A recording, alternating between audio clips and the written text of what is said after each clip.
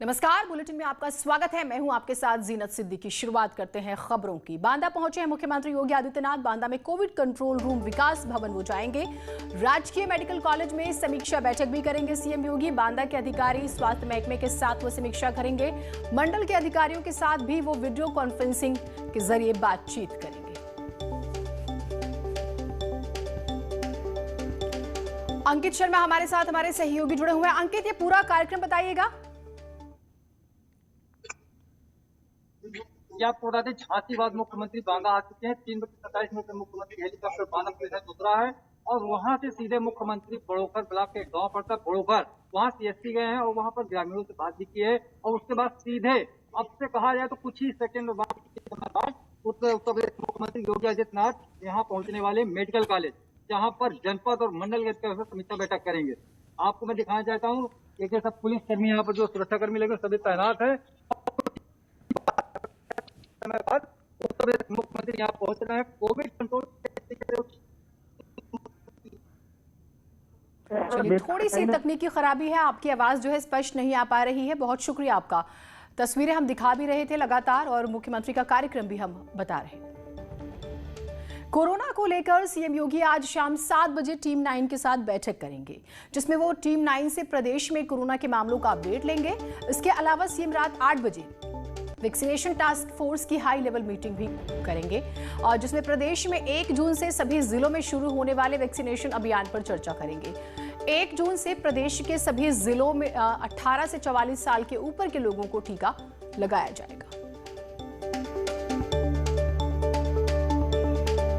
अनामिका हमारे साथ, हमारी सहयोगी जुड़ी हुई हैं। अनामिका, ये बहुत ही महत्वपूर्ण है क्योंकि हमने देखा वैक्सीनेशन अपने आप में बहुत बड़ा टास्क हो गया है, तो उस लिहाज से पूरी क्या प्लानिंग है, किस तरह से आगे बढ़ाया जाएगा, इस स्पेशल प्रोग्राम के बारे में बताइए। देखिए जीनत, मुख्यमंत्री योगी आदित्यनाथ लगातार जिस तरीके से जिलों में दौरा करके जायजा ले रहे हैं जमीनी हकीकत का, इस बीच बड़ी चुनौती वैक्सीनेशन की भी है। और आपको याद होगा कि जैसे ही 2 मई से ये ऐलान किया गया प्रधानमंत्री की तरफ से कि 18 से 44 साल के बीच के लोगों को वैक्सीनेट किया जाएगा, लेकिन इस बीच यूपी के सामने चुनौती इस बात की भी थी कि वैक्सीन इतनी उपलब्ध भी हो सरकार के पास। और यही वजह रही कि जब इसकी शुरुआत की गई तो शुरुआत में सिर्फ 7 जिलों में ही वैक्सीनेशन की शुरुआत की गई। बाद में इसको 23 जिलों में कंटिन्यू किया गया और अब ये माना जा रहा है कि कल चूंकि मुख्यमंत्री ने बड़ा ऐलान किया है कि अब सभी 75 जिलों में वैक्सीन उपलब्ध करवाई जाएगी, यानी कि लोगों को अपने अपने जिलों में अब वैक्सीन उपलब्ध हो सकेगी 18 से 44 साल की उम्र के लोगों के लिए भी। और यही वजह है कि इस इतने बड़े अभियान में, यानी कि यूपी एक सबसे बड़ा राज्य है जनसंख्या के लिहाज से और यहाँ पे सबसे ज्यादा केंद्र बनाए जा रहे हैं वैक्सीन देने के लिए, इस लिहाज से मुख्यमंत्री आज जो शाम को बैठक करने वाले हैं वैक्सीनेशन टास्क फोर्स की टीम के साथ, उसमें ये जरूर बात सामने आएगी कि क्या हमारे पास इतनी वैक्सीन उपलब्ध है, कितने और केंद्र बढ़ाए जाने हैं, कौन कौन से वो जिले हैं जो ज्यादा संवेदनशील है, 23 जिले जहां पे ऑलरेडी वैक्सीनेशन चल रहा है उसमें किस तरीके से वैक्सीन उपलब्ध करवाई जाएगी। ये भी माना जा रहा था कि चूंकि सरकार की तरफ से ग्लोबल टेंडरिंग की गई है वैक्सीन की अवेलेबिलिटी के लिए, तो वो मामला कहां तक पहुंचा है और जो एक्सपोर्ट करवाई जा रही है वैक्सीन, वो अभी कितनी डोज हमारे पास उपलब्ध हो चुकी है।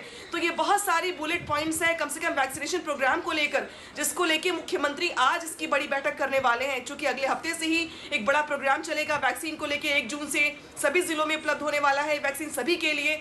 तो ऐसे में तैयारी कितनी सरकार के पास है ये भी देखना होगा। और यही वजह है कि चूंकि मुख्यमंत्री आजकल सुबह सुबह ही जिलों के दौरे के लिए निकल जा रहे हैं, आज भी मुख्यमंत्री झांसी और बांदा में है, लिहाजा जो मीटिंग सुबह नहीं हो पाई थी टीम 9 की, अब वो मीटिंग शाम को होगी। और टीम 9 की बैठक में चूंकि मुख्यमंत्री पूरे प्रदेश का अपडेट लेते हैं कि कितने आंकड़े आ रहे हैं, कितनी पॉजिटिविटी रेट है, कहाँ पे सैनिटाइज किया गया है, जिलों में क्या चल रहा है, जो वीडियो कॉन्फ्रेंसिंग के जरिए भी कई बार मुख्यमंत्री बात करते हैं, तो वो भी आज बैठक होने वाली है शाम को। प्लस वैक्सीन टास्क फोर्स की जो टीम है उसके साथ भी मुख्यमंत्री बैठ के इतनी बड़ी वैक्सीनेशन प्रोग्राम को लेकर समीक्षा करने वाले हैं कि इस अभियान को चूंकि हम 1 जून से शुरू करने जा रहे हैं तो तैयारियां कितनी हमारे पास है। ठीक, बहुत शुक्रिया आपका तमाम जानकारियों के लिए। तो शाम 8 बजे जो बैठक है वो बहुत महत्वपूर्ण है और उसमें क्या बड़ी बातें होती है वो भी हम अपने दर्शकों को सबसे पहले बताएंगे। मुख्यमंत्री योगी की बात करेंगे। सोमवार का कार्यक्रम आपको बता देते हैं। सीएम योगी कल गोंडा का दौरा करेंगे और आजमगढ़ का भी दौरा करेंगे। कोविड के हालात पर वो समीक्षा करेंगे।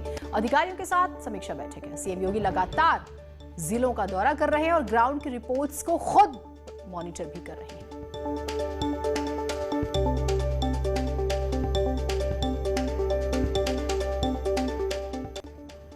संत कबीरनगर जिले में हुए एक भीषण सड़क हादसे में एक ही परिवार के 4 लोगों की मौत हो गई। हादसा उस वक्त हुआ जब तेज रफ्तार पिकअप खाड़ी, अगर हम बात करें खलीलाबाद कोतवाली क्षेत्र के दीघा के पास हाईवे पर सड़क किनारे खड़े ट्रक में पीछे से गाड़ी आकर टकराती है।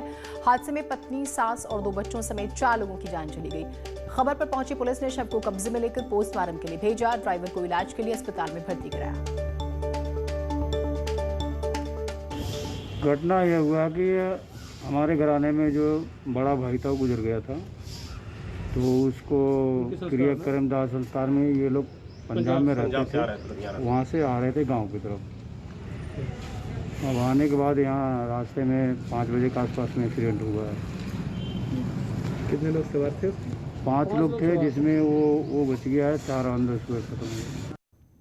उधर कासगंज में निर्माणाधीन छत गिरने से हादसा हुआ। मलबे में दबने से 3 मजदूरों की जान चली गई है और 10 मजदूरों को मलबे से निकाला गया। हादसे पर सीएम योगी ने संज्ञान लिया। अधिकारियों को पीड़ित की मदद के निर्देश भी दिए।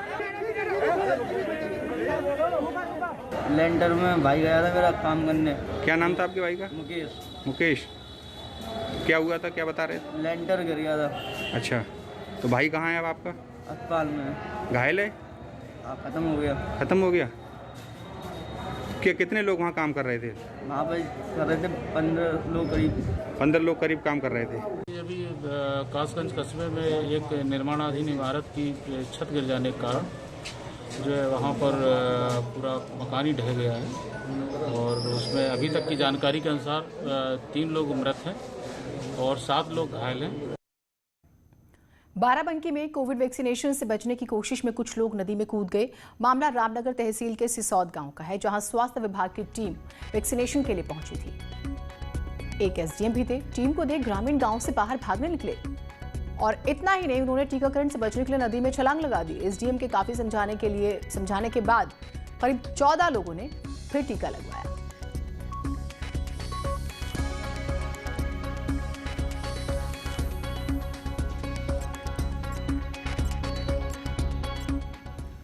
जेल न जाने की गुहार आपने कई बार सुनी होगी, लेकिन महाराजगंज जिला जेल में 2 सजायाफ्ता कैदियों ने पैरोल पर घर जाने से इनकार कर दिया। वजह है कोरोना। पैरोल मिलने के बाद दोनों कैदियों ने जेलर को पत्र लिखकर आर्थिक तंगी और बढ़ते कोरोना संक्रमण का हवाला दिया और कहा कि उन्हें जेल में ही रहने दिया जाए।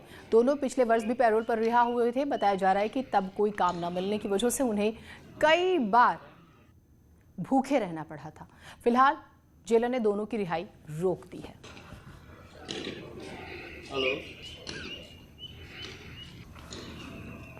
ये नहीं जाना चाहते हैं कि कोरोना का महामारी चल रहा है, इसी को सब नहीं जाना चाहते हैं। बैरिक में टीवी लगा हुआ, उसमें हमारा टाइम पास हो जाता है। कुछ कमान में जाते हैं, टाइम पास हो जाता है। यहाँ काम भी करने को मिलता है और खाना पीना सब टाइम से मिल जाता है। पिछली बार गए तो क्या अनुभव रहा? सर बहुत अच्छा अनुभव नहीं था सर, काम धाम भी नहीं मिलता था, इसकी वजह से हम नहीं जाना चाहते हैं। बाहर सर कोरोना महामारी चल रहा है सर, जिससे सर हमारी आर्थिक तंगी भी सर है। बाहर मान लीजिए लॉकडाउन चल रहा है, काम सर मिल नहीं रहा है, इसके लिए सर हम बाहर नहीं जाना चाहते हैं। वो लोग यही कह रहे हैं कि अब घर पे जाने से स्थिति यही होती है कि तुरंत किसी न किसी काम में आदमी लग जाए, आर्थिक तंगी रहती है और बाहर लॉकडाउन की वजह से कुछ काम पाना काफ़ी मुश्किल लग रहा है। और हम लोग फिलहाल अपने आप को यहाँ पर सुरक्षित और स्वस्थ महसूस कर रहे हैं और चाहते हैं कि जाएंगे फिर आएंगे, वो सज़ा तो हमको पुनः काटनी ही पड़ेगी। इससे अच्छा है कि इस समय हम यहीं पर। खबर लखनऊ से है। यहां पर मेयो अस्पताल के खिलाफ कार्रवाई हुई है। मेयो हॉस्पिटल के प्रबंधन संचालक पर मुकदमा। गोमती नगर थाने में एसीएमओ ने केस दर्ज कराया। प्रशासन ने दिए थे अस्पताल के खिलाफ जांच के आदेश। जांच रिपोर्ट के आधार पर एफआईआर दर्ज हुई। कोविड मरीजों से मनमानी रकम वसूलने का इन पर आरोप है।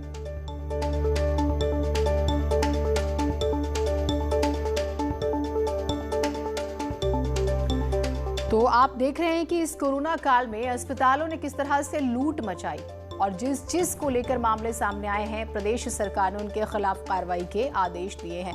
ऋषभ हमारे साथ, हमारे सहयोगी जुड़े हुए हैं। ऋषभ, इस अस्पताल पर किस तरह के आरोप थे और इस आदेश के बारे में बताइएगा। देखिए, धोखाधड़ी, आपराधिक साजिश, महामारी एक्ट के तहत ये एफआईआर दर्ज की गई है। प्रशासन की ओर से निर्देश दिए गए थे।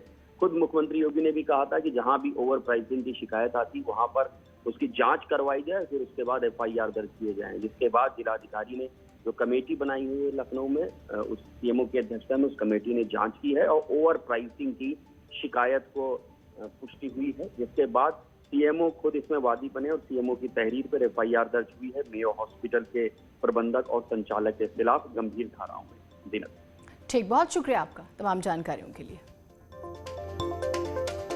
मेरठ में कोरोना के मामले तो कम हो रहे हैं, लेकिन ब्लैक फंगस के आंकड़े बढ़ रहे हैं। ब्लैक फंगस के 29 मरीज अब तक ठीक हो चुके हैं, लेकिन 55 अभी भी एक्टिव हैं। सीएमओ के मुताबिक ब्लैक फंगस का सर्विलांस तेज किया गया है। मेडिकल कॉलेजेस में कोविड का अलग वार्ड भी बना दिया गया है। कोरोना के 394 नए मामले सामने आ चुके हैं।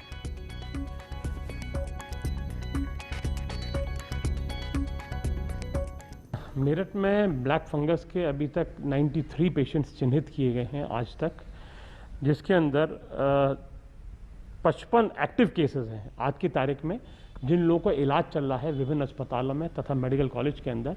इस तरह के कुल 55 पेशेंट्स हैं। में काफ़ी पेशेंट्स ऑपरेट हो चुके हैं, ऑपरेशन के बाद दवाई चल रही हैं, कुछ लोगों में दवाई चल रही है, ऑपरेशन होना है आने वाले दिनों में।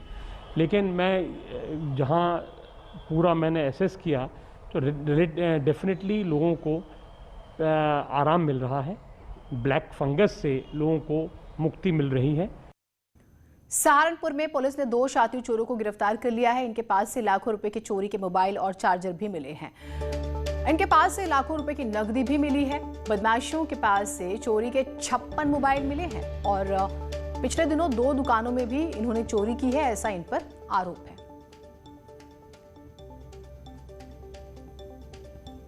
थाना गागलहेड़ी और हमारी एसओजी टीम ने 2 शातिर चोरों को गिरफ्तार किया है, जिनसे चोरी का माल काफ़ी मात्रा में बरामद हुआ है।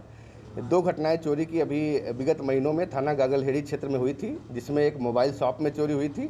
जितने मोबाइल सेट नए थे सब चोर उठा ले गए थे और एक कपड़े की दुकान में हुई थी। दोनों का माल इसमें बरामद हुआ है। मोबाइल करीब 56 की संख्या में नए मोबाइल सेट बरामद हुए हैं। इटावा के कृष्णानगर इलाके में एक युवक का शव मिलने से हड़कंप मच गया। शव के पास से एक एक्टिवा गाड़ी भी मिलती है। मरने वाले की पहचान फिलहाल नहीं हो पाई है। सूचना मिलने पर मौके पर पहुंची पुलिस और फोरेंसिक टीम की अगर हम बात करें तो वो जांच में जुटी हुई है और शिनाख्त करने की कोशिश हो रही है। उदी के पास एक व्यक्ति का शव मिला है और व्यक्ति का उम्र देखने से लग रहा है कि 65 वर्ष के आसपास का होगा और उसके पास से उसकी एक स्कूटी भी मिली है। स्कूटी के इंजन नंबर और चेसिस नंबर के आधार पर इस व्यक्ति की जो पहचान है उसका प्रयास किया जा रहा है। फिलहाल अभी इसका पता आगरा के होने का मिला है और इस संबंध में इसकी पहचान करके जो भी अग्रिम विधिक कार्रवाई होगी।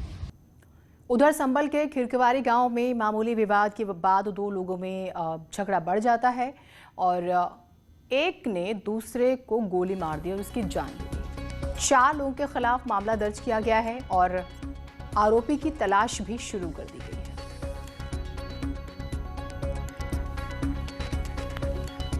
थाना गुन्नौर के अंतर्गत ग्राम खड़कावली में एक दलवीर यादव, जिनकी उम्र लगभग 40 साल थी, इनको इनके ग्राम के ही अवधेश यादव द्वारा गोली मारकर हत्या कर दी गई है।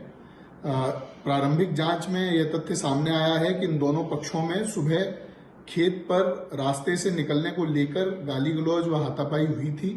इसी बात को लेकर शाम में इनमें पुनः कहासुनी हुई, जिसके पश्चात यह मर्डर किया गया। आगरा में पुलिस और बदमाशों की मुठभेड़ के दौरान 25,000 का इनामी बदमाश गोली लगने से घायल हो गया है। पुलिस ने मुठभेड़ के दौरान 4 बदमाशों को गिरफ्तार कर लिया। सभी आरोपी भैंस चोरी की फिराक में घूम रहे थे। एसटीएफ ने इनको घेर लिया और इसके बाद बदमाशों ने एसटीएफ पर फायरिंग शुरू की। जवाबी कार्रवाई में पुलिस ने भी फायरिंग की, जिसमें एक बदमाश शौकत जख्मी हुआ। बदमाशों के पास से हथियार और बाइक भी बरामद हुई है। थाना बरहन और एसटीएफ की जॉइंट ऑपरेशन से एक यहाँ पे पुलिस मुठभेड़ हुई है। इसमें कुल 6 अपराधी थे, 2 मौके से फरार हो गए। एक जो अभियुक्त था शौकत, उसके पैर में गोली लगी है। ये 25,000 का इनामिया था। इस पे लगभग 1 दर्जन के आसपास मुकदमे हैं।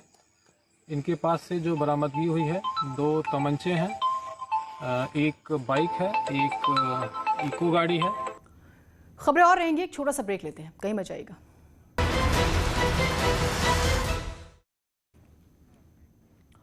अयोध्या की बात करेंगे। 5 लोगों की हत्या का मुख्य आरोपी मुठभेड़ के बाद गिरफ्तार हुआ है। पवन इसका नाम है। आरोपी के दोनों पैरों में गोली लगी है। 5 थानों की पुलिस एसओजी का साझा ऑपरेशन करना पड़ा, उसके बाद ये पकड़ में आता है। कुचेरा बाजार के पीछे जंगल में मुठभेड़ हुई, तब ये जाकर गिरफ्तार हुआ। एक ही परिवार के 5 लोगों की निर्मम हत्या का आरोपी।